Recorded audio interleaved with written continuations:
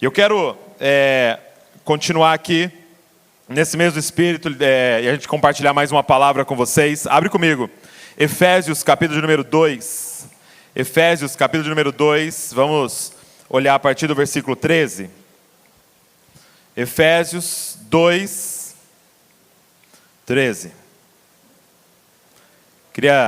Enquanto você abre aí, eu queria agradecer a todo mundo que está conectado com a gente online. A gente tem 15 mil líderes aqui com a gente online, participando junto com a gente, e dizer que essa é uma semente para a nossa nação, para esse dia, para a gente pensar sobre a presença de Deus. Então, muito feliz de poder chegar aí até onde você está, e a gente poder sentar essa mesa juntos aqui e nos alimentar da palavra de Deus. Então, Efésios, capítulo número 2, verso de número 13, diz assim, olha: mas agora em Cristo Jesus, vocês que antes estavam longe, foram aproximados pelo sangue de Cristo, porque Ele é a nossa paz.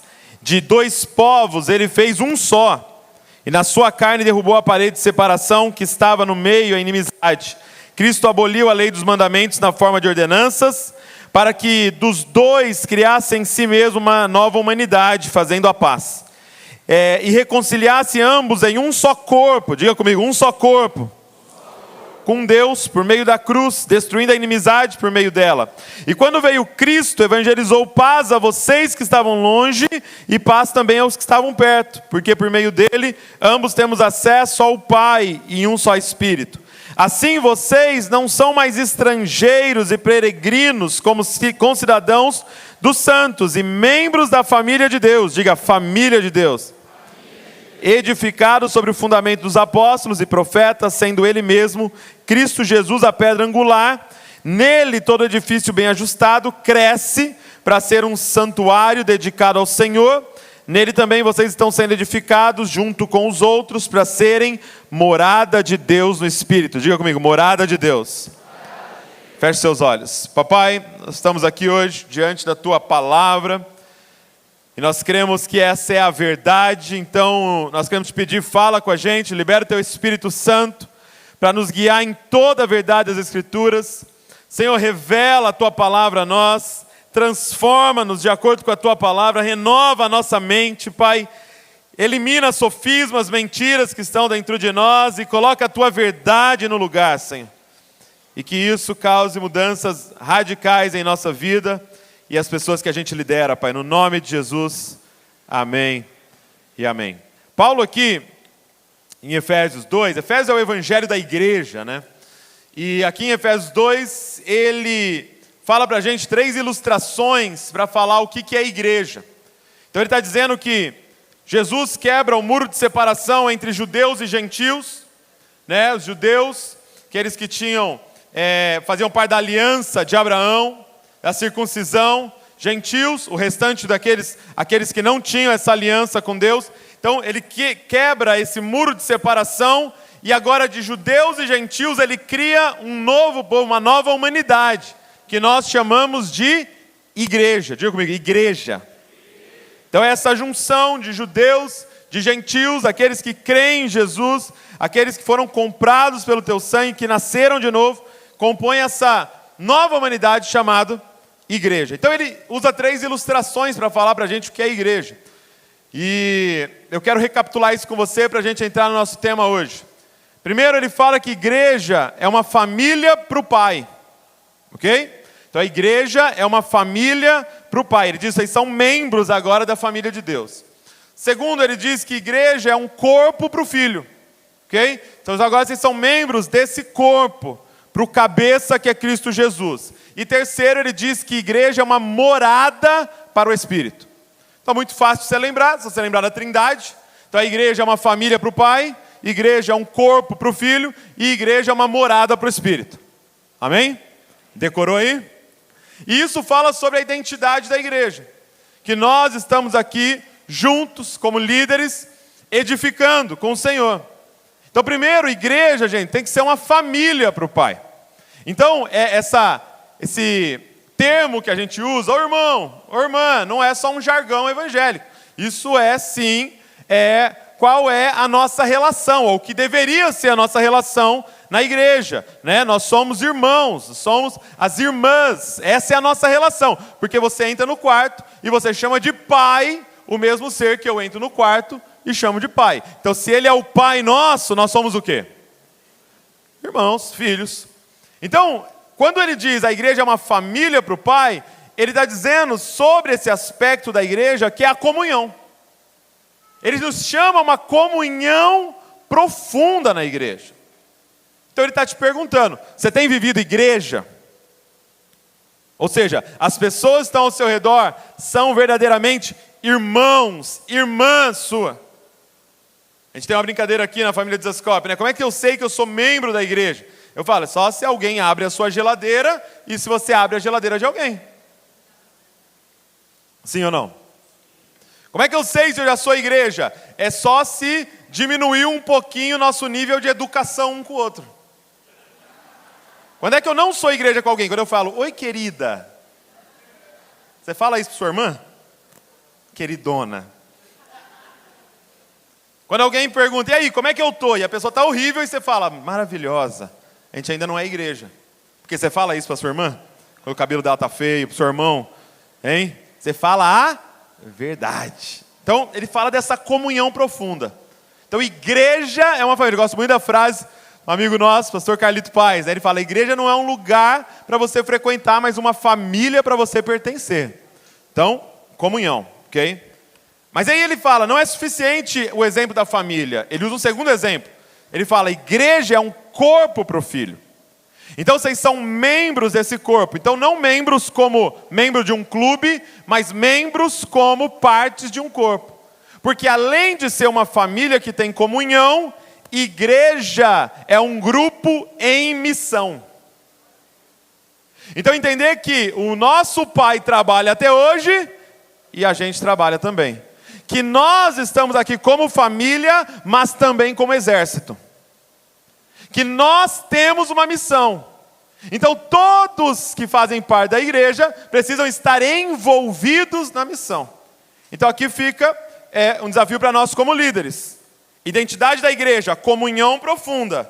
Mas identidade da igreja, estar envolvida na missão de Deus.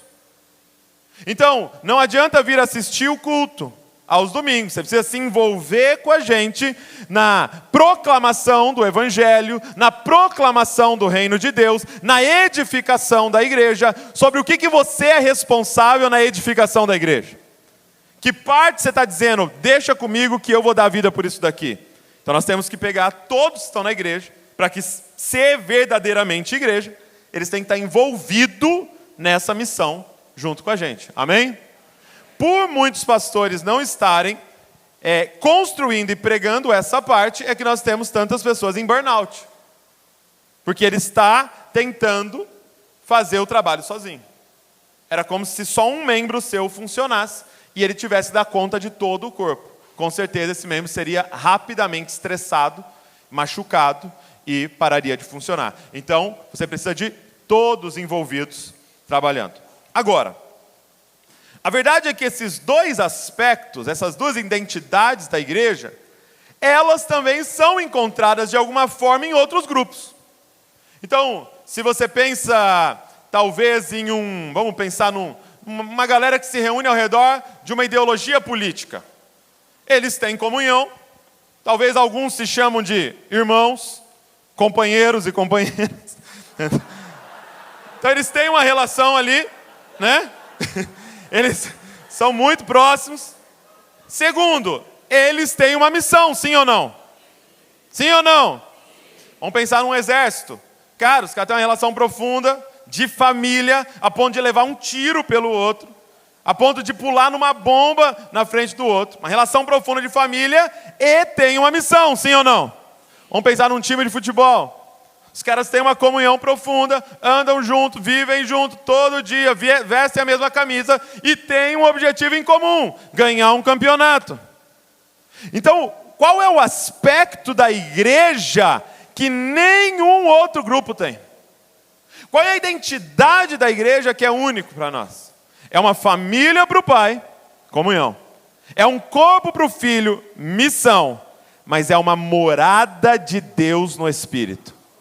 O que diferencia a igreja de qualquer outro grupo no planeta Terra é a presença de Deus no meio da igreja.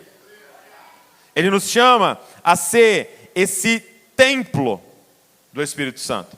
Ele nos chama a ser esse santuário do Espírito Santo. Ele nos chama a ser essa morada, essa casa para a manifestação de Deus, do Espírito Santo.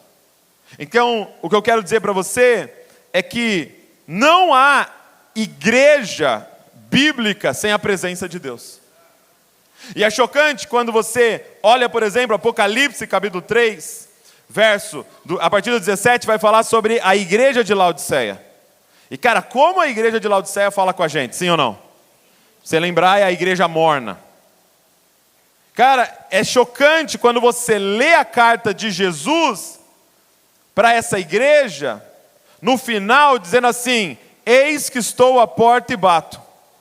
E às vezes a gente usa muito isso para uma mensagem evangelística, dizendo, deixe Jesus entrar no seu coração, mas lembre-se que ele está mandando uma carta para uma igreja. E ele está dizendo assim: galera, vocês estão aí no meio do culto, mas eu estou na porta batendo. Significa que a presença dele estava onde? Hã? Você fala, que lindo, ele quer entrar, mas a gente tem também que pensar que Jesus estava fora desta igreja. Ela podia ser uma família, ela podia estar cumprindo uma missão, mas sem a presença de Deus. Eis que estou à porta e bato. Por que nós decidimos fazer a conferência nessa temática? Porque nos últimos anos, algo aconteceu no Brasil e eu digo que teve um resultado muito positivo, né? Nós aprendemos com outras igrejas, com outros movimentos, a sermos mais excelentes, a pensarmos mais na questão da estrutura da igreja e tudo mais. Então, você ter uma arte bonita como essa, uma estrutura como essa, um equipamento de som legal como esse, essa estrutura aqui, essas câmeras filmando, tudo foram resultados da gente ter aprendido com os outros irmãos a sermos mais excelentes. Não sei se você lembra, se você cresceu na igreja, mas eu cresci em uma igreja que tinha aquela questão de dar oportunidade para as pessoas. Lembra? Com a oportunidade agora o irmão fulano. Aí o irmão fulano pegou de surpresa, subia e falava, gente, eu não preparei nada, mas é para o Senhor, então vamos juntos. Então a gente tinha uma ideia de fazer de qualquer jeito a igreja. E nós começamos a aprender sobre excelência. Nós começamos a aprender sobre faz o seu melhor quando é para Deus. Eu lembro que um amigo foi para a Coreia do Sul, né? Um pastor amigo foi para a Coreia do Sul, e aí ele estava lá visitando as igrejas da Coreia, e ele estava chocado. Ele falou que chegou uma hora que ele estava chocado, porque assim, tudo funcionava perfeitamente. Horário, limpeza, som, tudo. Ele falou assim que tinha uma igreja que fazia, se não me engano, tipo assim, 5 cultos com 10 mil pessoas, essas coisas assim. E trocava 10 mil pessoas, entrava outros 10 mil, saía 10 mil, não tinha um papel no chão. Ele falou que uma hora ele foi para o banheiro, em crise, assim, não, senhor, não é possível, senhor, o que é isso, senhor? Não é possível. Aí ele estava no banheiro, ele teve uma ideia. Eu vou achar um defeito aqui. Eu vou achar um defeito desse negócio aqui. E ele está no banheiro, ele está andando. Aí ele falou assim, já sei. Ele abaixou e olhou embaixo da pia. E aí que ele ficou chocado. Porque eles haviam polido embaixo da pia. Aí ele chamou um pastor coreano e falou, cara, tem uma coisa errada. Eu baixei aqui. E os caras poliram aqui embaixo. Por quê? Ele falou, é o seguinte, é que quando a gente está polindo em cima, a gente está fazendo para as pessoas verem. Mas a gente não está fazendo para as pessoas verem. A gente está falando de um Deus que vem embaixo da pia, vem em cima da pia, vem em todas as partes. E isso nos ensinou muito. Isso foi muito positivo. Isso, cara, elevou as nossas estruturas e a gente começou a servir muito melhor, voluntariado e tudo mais. Porém, entretanto, a verdade é que a gente começou a ficar muito preocupado com uma pergunta, que eu diria para você que ela é secundária. A gente começou a ficar muito preocupado e colocar em primeiro lugar uma pergunta que ela deve ser respondida em segundo lugar. E essa pergunta é: como eu faço para as pessoas virem? Ou a gente pode colocar: como eu faço para as pessoas gostarem da igreja? Ou talvez: como eu faço para as pessoas permanecerem na igreja? E a gente começou a fazer reunião e estratégia e ler livros para responder essa pergunta: como que a gente faz para a cidade vir? Mas o que Deus está nos confrontando hoje aqui é que essa não é a primeira pergunta. A primeira pergunta que uma igreja deve fazer é: como eu faço para Deus vir? Como eu faço para Deus gostar? E como eu faço para Deus permanecer?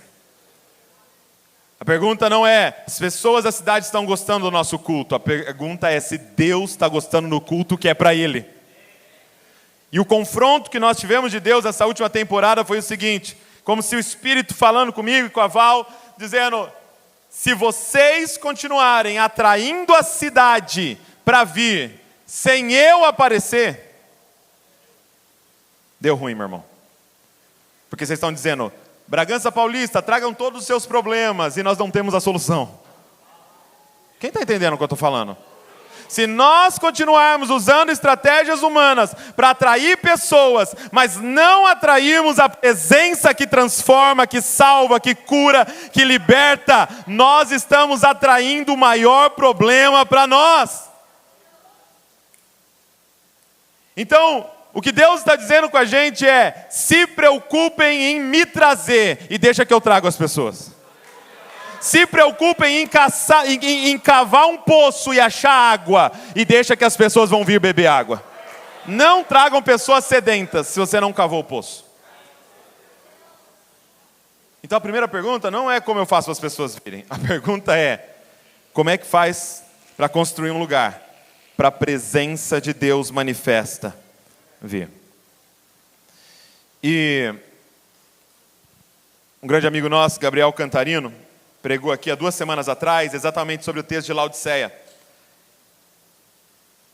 E é chocante uma igreja continuar semana após semana, e não sei como eram as atividades da igreja de Laodiceia, como é que ela funcionava, mas a verdade é que ela estava funcionando sem a presença. E por que estava funcionando sem a presença? Olha o que diz, Apocalipse 3:17. Jesus diz assim: você diz, sou rico, estou bem de vida e não preciso de nada, mas você não sabe que é infeliz, sim, miserável, pobre, cego e nu. Meu Deus. Por que uma igreja consegue funcionar sem a presença? Ou, em outra forma de perguntar, como faz para jogar Jesus para fora de uma igreja? Como faz para tirar Jesus de uma igreja? Como faz para a presença ir embora de uma igreja? E eu te respondo: o que faz Jesus não estar mais em uma igreja é a falta de fome por Ele. Ele está dizendo: vocês estão vivendo essa situação de mornidão, de vontade de Deus vomitar vocês, porque vocês estão dizendo: ei, eu sou rico, eu estou bem de vida e eu não preciso de nada. Vocês perderam a fome pela minha presença. O que é chocante, porque olha como não tem sentido, né? Se você olha de forma natural. Ele diz assim: mas você sabe que você é infeliz, miserável, pobre. A ênfase no pobre, gente. Pobre, cego e nu. Então a descrição da igreja real: você é infeliz, miserável, pobre, cego e nu. Aí ele diz assim: aconselho que compre de mim ouro refinado. Você acabou de descrever minha situação: miserável, pobre, cego e pelado. Aí a próxima frase é: eu te aconselho que compre ouro de mim. Como? Se eu sou miserável, pobre, cego, nu. Sabe o que Deus estava nos falando? Sabe o que Deus está dizendo para essa igreja? Deus está dizendo para a gente aqui hoje: a moeda do céu se chama fome. A moeda do céu se chama fome.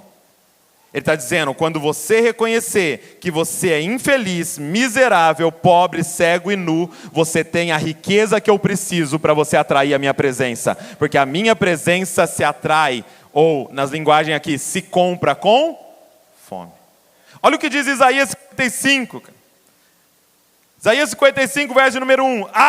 Todos vocês que têm sede, venham às águas. E vocês que não têm dinheiro, venham, comprem e comam. Sim, venham e comprem sem dinheiro e sem preço, vinho e leite. Porque vocês gastam o dinheiro naquilo que não é pão e o seu suor naquilo que não satisfaz. Ouçam a atenção o que eu digo. Comam o que é bom e vocês irão saborear comidas deliciosas. Cara. Todos vocês que têm sede, venham às águas, e vocês que não têm dinheiro, venham e comprem e comam. O que ele está dizendo? Para comprar o pão que eu tenho para oferecer, só precisa de uma coisa: fome. Quem é que tem fome aí? Quem é que tem fome? Como construir um lugar para a presença de Deus? Fome. Como construir um lugar? Qual é o ingrediente para a manifestação da presença de Deus? Diga comigo: fome. E a nossa oração hoje é: Senhor, nos dá fome. Nos dá fome. A moeda do céu é a fome. A moeda do céu é a fome. É por isso que ele começa a bem-aventurança dizendo: bem-aventurado é você que é um pobre de espírito, porque você tem a moeda do céu. Todas as vezes Jesus se encontrava com dois tipos de pessoas. Tinha dois tipos de pessoas que Jesus se deparava. Uma saía saciada, comia muito, e a outra saía sem nada. Qual eram os dois tipos de pessoas, gente? Pessoas com fome e pessoas com a barriga cheia. Podia ser a barriga cheia da religiosidade, podia ser a barriga cheia de riquezas, podia ser a barriga cheia de si mesmo, mas eram pessoas com a barriga cheia. Ele dizia: eu vim para os pobres, eu vim para os doentes, eu vim para os miseráveis. O que ele estava dizendo? Eu vim para quem tem a coragem de declarar: se o Senhor não fizer alguma coisa, a gente vai morrer. Gente, fome é sinal de saúde. Uma igreja sem fome é uma igreja doente. A primeira coisa que você perde quando você fica doente é o seu apetite. Já viu umas pessoas, você fala assim: vamos almoçar, a pessoa: estou sem fome. Você fala: meu Deus, essa pessoa está morrendo. Porque a primeira coisa que uma criança perde quando está doente é a fome.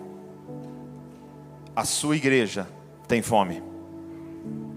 O grupo que você lidera tem fome de Deus, tem fome da presença. Mas a fome não é só um sinal de saúde, a fome é um sinal de humildade. Porque fome é reconhecer: eu estou necessitado. Fome é dizer: eu não sou autossuficiente, eu não produzo algo que me alimenta, eu preciso de algo de fora para me dar vida. Eu não sou suficiente para mim mesmo. Fome é dizer: sozinho eu vou morrer, eu preciso de ajuda. Soberba nos tira a fome. Alguém sem fome é alguém soberbo no reino de Deus. Então a pergunta nessa tarde nossa juntos aqui é: como ter mais fome de Deus? E eu quero falar 4 coisas rapidamente, e eu quero que você pense em você, como você ter fome de Deus, mas eu quero que você pense em como gerar, como liderar pessoas para ter fome de Deus. Primeira coisa, para ter mais fome de Deus, pessoas com fome geram fome de Deus. Presta atenção, pessoas com fome geram mais fome de Deus. Tudo começa com uma liderança que tem fome da presença de Deus. A igreja geralmente é reflexo da sua liderança. Uma célula é reflexo da sua liderança. Um grupo de jovens é reflexo da sua liderança. Tudo começa com uma liderança que tem fome da presença de Deus. Guarda isso que eu vou te falar. As pessoas desejam aquilo que os seus líderes desejam. Por muito tempo a gente se movimentou, muito influenciado pelo iluminismo, de eu sou aquilo que eu sei. A gente acha que liderança é as pessoas saberem o que a gente sabe. Não. Liderança é as pessoas desejarem o que a gente deseja. Porque você pode saber um monte de coisa e não desejar. Você pode saber toda a lista, a descrição nutricional de uma fruta e não comê-la. Tudo começa com uma liderança que tem fome de Deus. E eu quero te fazer uma pergunta: o que você está comunicando para a sua comunidade que é satisfação? O que eles estão lendo na sua forma de viver, de falar, de se comunicar, que é estar satisfeito? E gente, eu queria provocar todos nós hoje aqui, porque nós muitas vezes estamos comunicando que construir um ministério é estar satisfeito. Nós temos fome por ministério.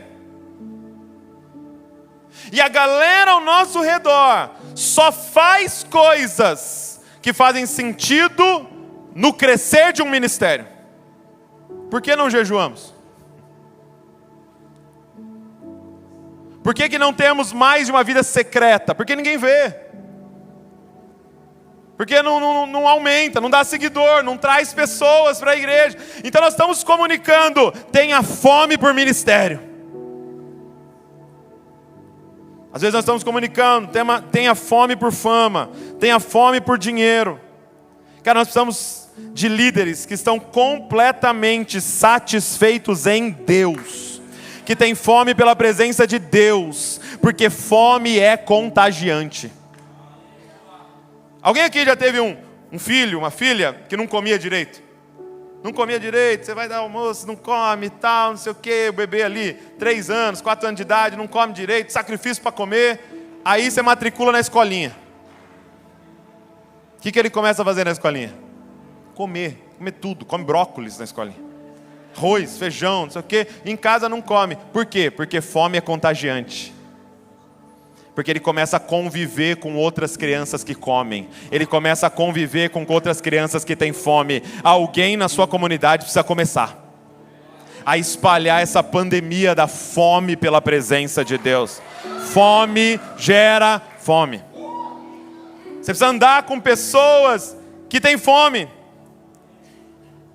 Cara, se você perguntasse para alguém na sua comunidade qual é o seu maior sonho, o que ela responderia? Essa é a maior fome dela.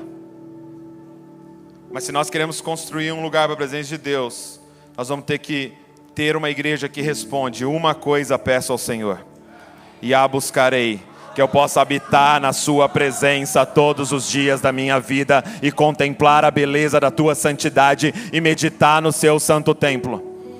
Ele estava dizendo: eu tenho fome. Eu sou o rei da nação mais poderosa da terra na atualidade, e eu tenho fome de uma coisa. Número 2.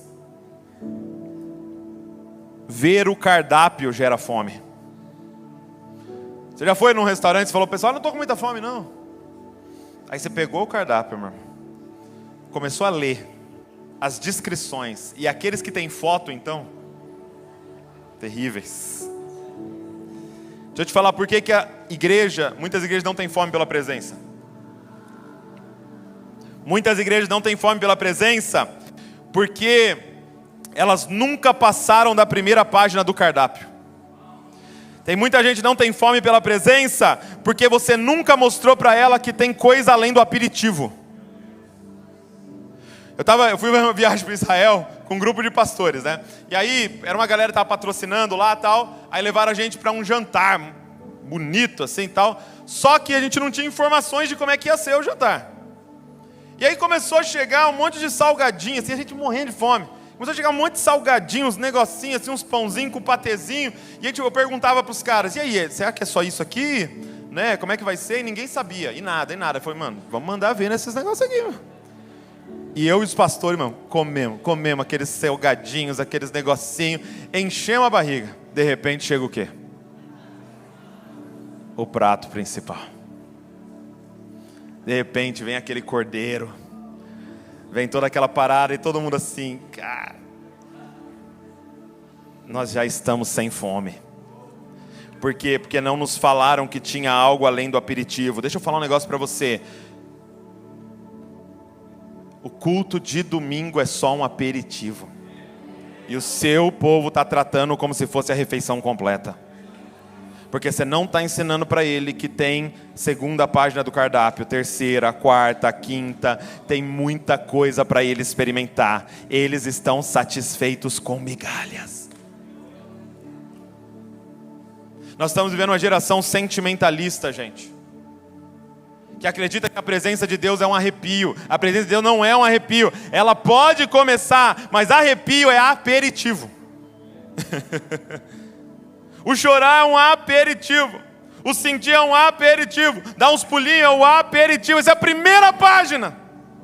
E nós vamos ter que começar a falar para eles sobre a excelência de Cristo Jesus. O pão vivo que desceu do céu, que está disponível para eles, gente. Gente, quando você lê João 6, é chocante. Porque aquele povo está ali, Jesus multiplica os pães. E eles comem o quê? O pão que Jesus multiplicou.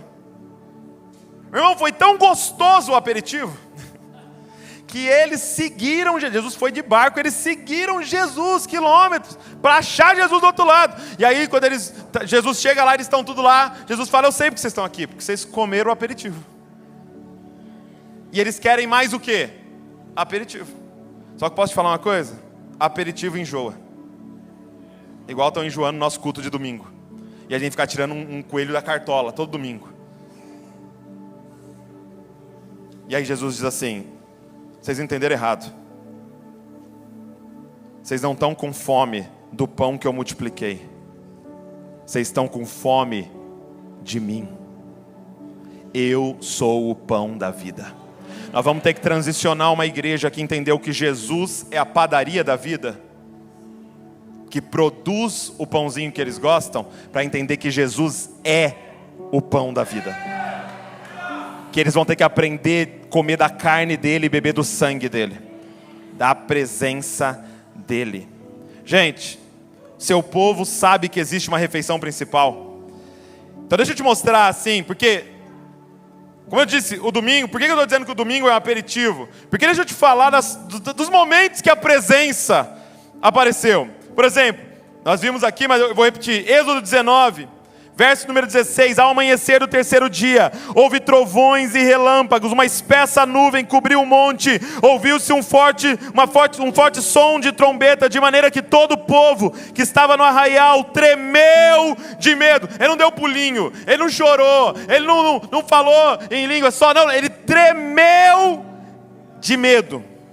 E Moisés levou o povo para fora do arraial ao encontro de Deus, e puseram-se ao pé do monte. Todo o monte Sinai fumegava, porque o Senhor havia descido sobre ele em fogo. A fumaça subia como fumaça de uma fornalha, e todo o monte tremia com violência, e o som da trombeta ia aumentando cada vez mais. Moisés falava, e Deus lhes respondia no trovão.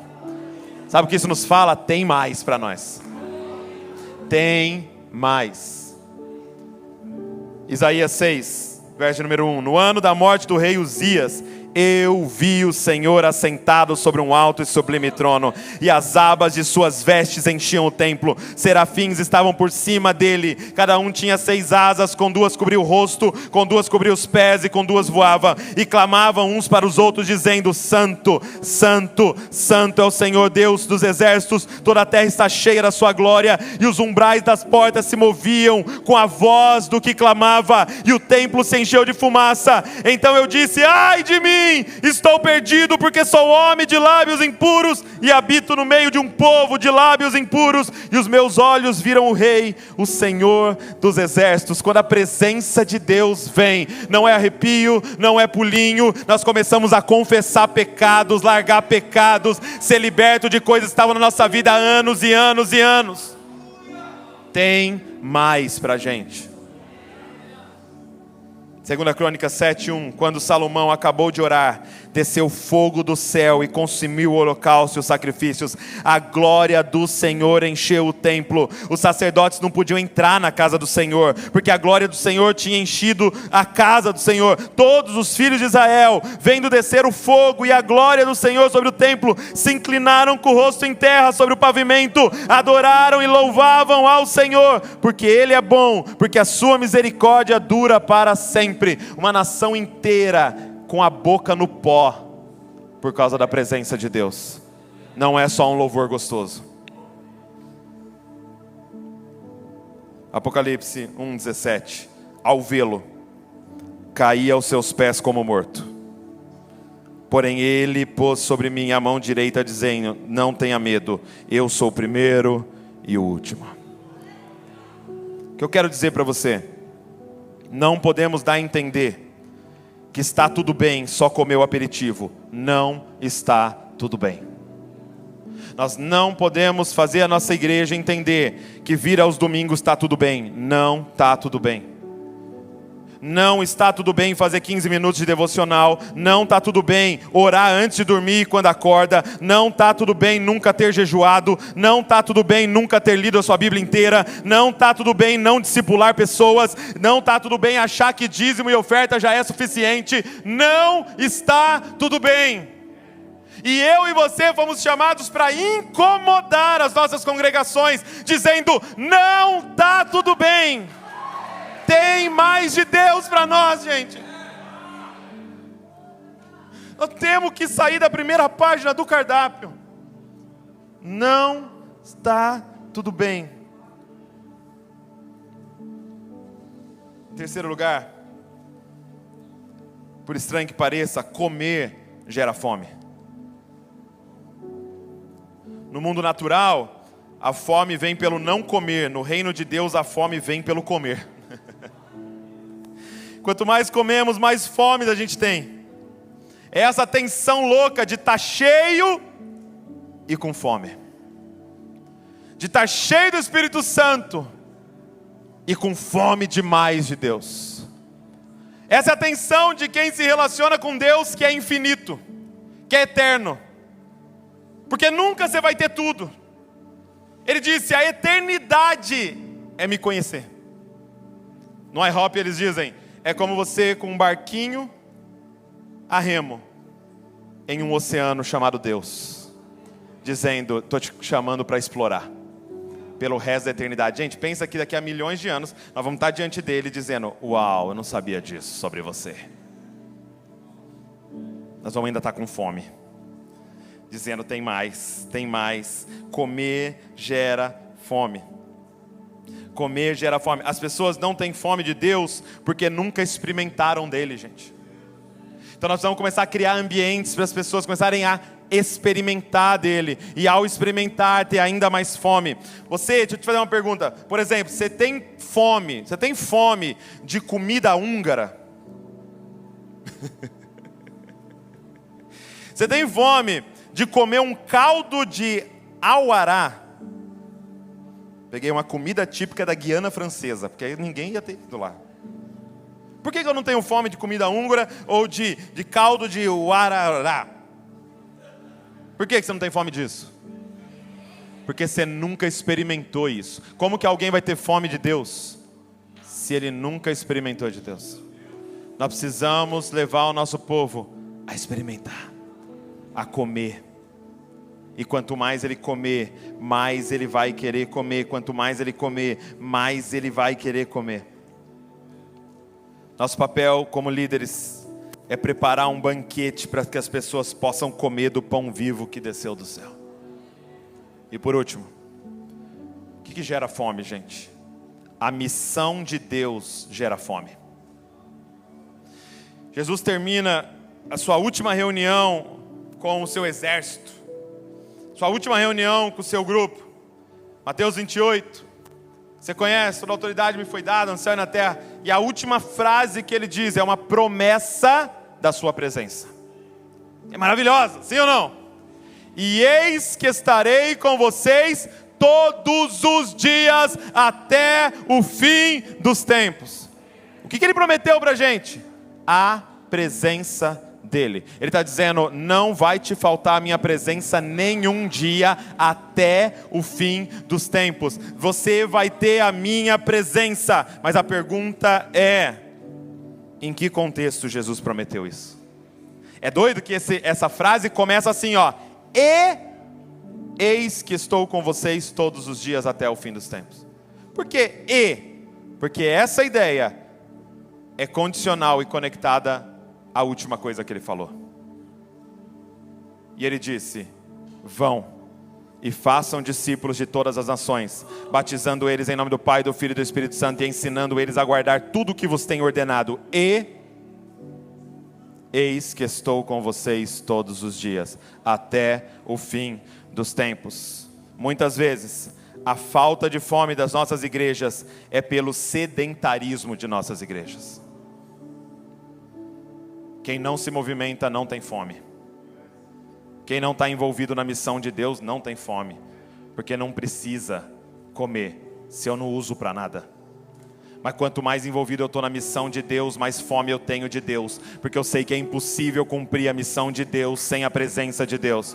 Ele está dizendo, vai para as nações e chega diante daquele que nunca ouviu de Jesus. Chega diante daquele que rejeita Jesus. Chega diante daquele que quer matar quem segue Jesus. E ele está dizendo, e eis que eu estou com vocês todos os dias até o fim dos tempos. Eu termino contando um exemplo.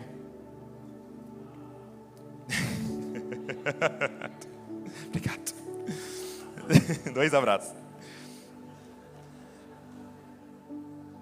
Talvez você já até ouviu eu falando isso para você, mas eu quero falar com aqueles que não ouviram.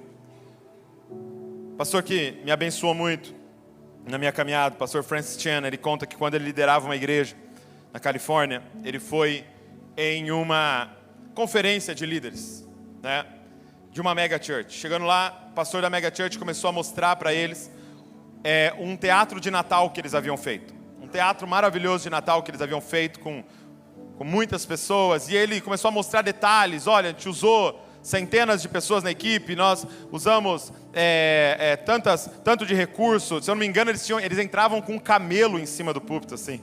Entendeu? De verdade, assim, então nós usamos isso e tal. E aí ele falou assim, eu não lembro o número exato, ok? Mas assim, 300 pessoas entregaram a vida para Jesus durante as noites do teatro.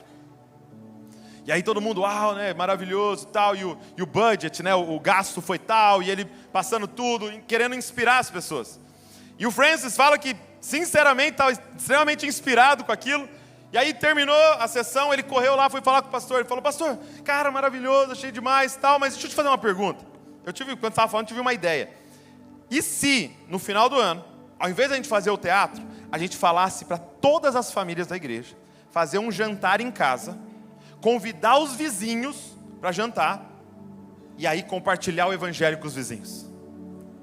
Não seria assim, a gente não teria mais conversões, e seria de graça, a gente não gastaria R$1. Não seria assim mais efetivo se a gente fizesse isso? E ele falou que estava perguntando com toda a sinceridade do mundo. Não era de uma forma afrontosa, né? E aí o pastor falou assim, cara, isso seria muito efetivo, seria muito melhor, a gente teria mais conversões e gastaria nada. Ele falou, então por que a gente não faz? Aí o pastor falou assim, porque as pessoas não estão dispostas a fazer um jantar em casa e chamar os seus vizinhos para comer. E aí ele falou que ele saiu triste, porque ele entendeu, eu entendi. Então elas não estão dispostas a se envolver na missão de Deus. Então eu crio uma estrutura para que mesmo não estando disposta a fazer o que Deus mandou, ela se sinta bem. Porque eu visto ela de camelo, ela faz o papel da árvore ali, outros ofertam e dizimam e se sentem bem. Como se estivessem fazendo uma grande obra para Deus. E nós não estamos. eu e você não podemos criar uma estrutura para mimar as nossas igrejas, porque é só se nós nos envolvermos na missão de Deus que teremos ainda mais fome por Deus. E eis que estarei com vocês todos os dias. Todos os dias vocês terão a minha presença até o fim dos tempos. Se vocês ouvirem essa ordem, vão. Façam discípulos de todas as nações, batizando eles em nome do Pai, do Filho e do Espírito Santo. Eu estava em casa, na cozinha, e o Davi, meu filho, 9 anos, estava lá comigo. E aí ele falou assim: pai, faz um leite para mim com Nescau? Aí eu falei para ele: não, você está aqui na cozinha, você tem bracinho, mãozinha, você alcança o copo, alcança o leite, alcança o Nescau, faz você. E aí eu senti de compartilhar algo com ele. Eu disse assim: filho, tudo que eu fizer para você, que você poderia fazer, eu não estou te ajudando, eu estou te atrapalhando na sua vida. E eu quero estender isso a vocês. Tudo que vocês estão fazendo, que as pessoas que você está liderando já têm condições de fazer, você não está ajudando ela. Você é o grande problema da vida dela. Chegou o tempo da gente parar de mimar as nossas comunidades. Mas Douglas, um monte de gente vai embora. Ela nunca esteve. Ela nunca foi igreja com a gente. Porque a igreja é uma família para o Pai, comunhão. Um corpo para o Filho, missão. E uma morada para o Espírito que traz a presença de Deus. Quem está entendendo o que eu estou falando? Se coloque de pé no seu lugar. Nós vamos orar por mais fome de Deus aqui nesse lugar. Nós vamos orar por mais fome de Deus em nós.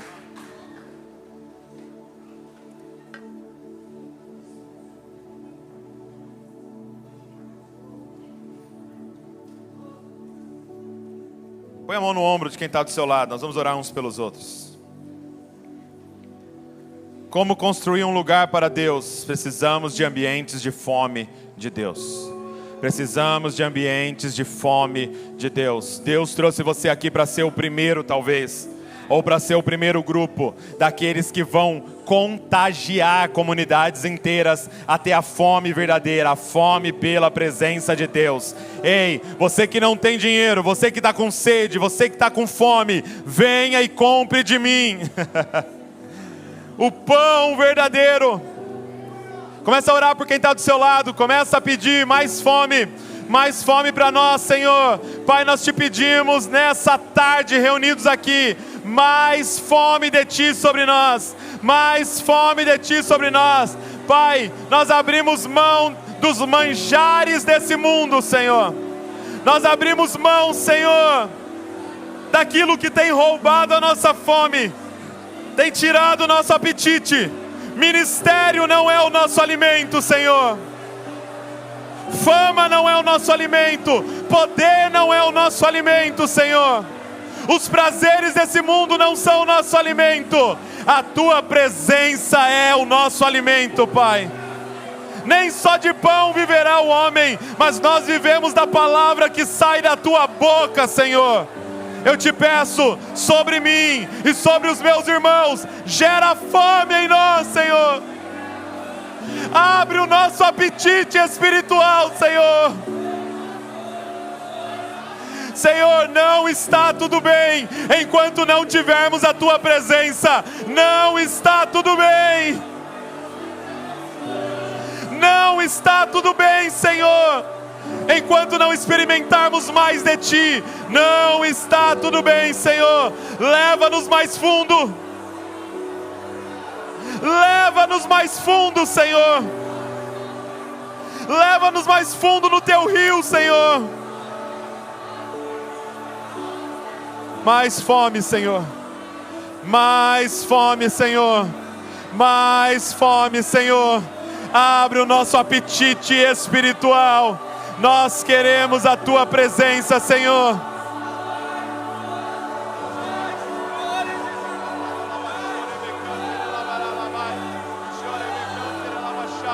Você que está em casa, começa a clamar mais fome de Deus. Senhor, mais fome de Deus na igreja brasileira, Senhor. Mais fome pela presença na igreja brasileira, Senhor. Nós queremos passar da primeira página do cardápio, Senhor. Nós queremos passar do aperitivo, Senhor. Nós queremos passar, Senhor, do arrepio, da emoção, Senhor, do sentimentalismo. Mais, Senhor. Mais, Senhor.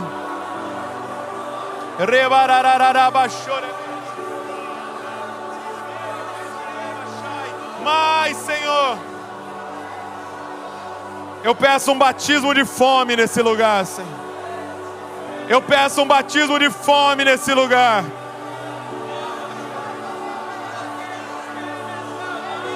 A fome que nos leve a jejuar, Senhor. A fome que nos leve a renunciar pecado, Senhor. A fome que nos leve à santidade. A fome que nos leve às renúncias. A fome que nos leve à palavra. A fome que nos leve à comunhão. Mais fome, Senhor. Queremos ser uma família para o Pai. Nós queremos ser um corpo para o Filho. Mas nós queremos ser morada de Deus no Espírito, Senhor. Vem. Vem e acha uma igreja com fome, Senhor. Com fome de Ti, papai. Com fome de Ti, Senhor. No nome de Jesus nós oramos, Senhor. No nome de Jesus nós oramos, Senhor. No nome de Jesus nós oramos, Senhor. Amém e amém.